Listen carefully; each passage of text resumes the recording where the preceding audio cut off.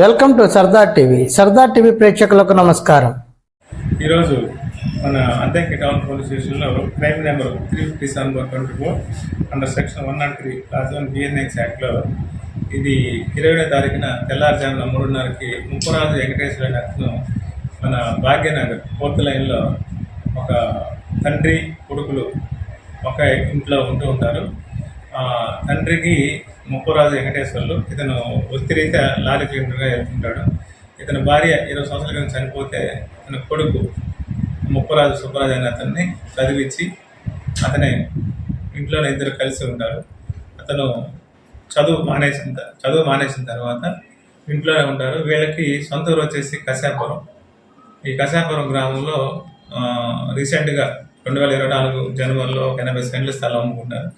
అందులో 9 లక్షల వరకు అమౌంట్ డబ్బులు వాళ్ళకి వస్తే ఉన్న దీంతో వాళ్ళు జీవనం సాగిస్తుంటారు. చనిపోయిన మృతుడు ముప్పవరపు వెంకటేశ్వర్లు కూడా కొంచెం 2 నెలల క్రితం కూడా అతనికి యాక్సిడెంట్ జరిగి కాళ్ళు కొంచెం ఇబ్బంది అయ్యి ఇంట్లోనే రెస్ట్ తీసుకుంటుంటాడు. ఈ ఉన్న డబ్బులు కూడా అంతా అయిపోవడం వల్ల కొడుకు మద్యానికి బానిస అయ్యి తండ్రిని మద్యం కోసం డబ్బులు అడిగి ఇవ్వనప్పుడల్లా అతని మీద తిరగబడి కొట్టడం జరుగుతుంటుంది. సో ఈ క్రమంలో భాగంగా 20వ తారీఖు నైటు ఆ రోజంతా మద్యం తాగి ఒకరినొకరిని కొట్టుకోవడం జరిగింది.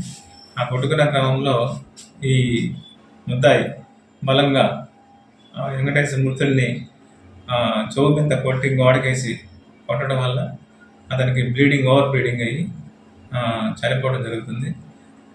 తర్వాత ఈ ముద్దాయి అక్కడి నుంచి పారిపోవడం జరిగింది. ఈరోజు కలపూరు క్రాస్ రోడ్ దగ్గర రాబడిన సమాచారం ప్రకారం మధ్యవర్తుల సమక్షమైనటువంటి గూడా మహాలక్ష్మి రెడ్డి సాంబశివరావు సమక్షంలో అతన్ని అరెస్ట్ చేసి ఈరోజు రిమాండ్ నిమిత్తం కోర్టుకు పంపిస్తుంది.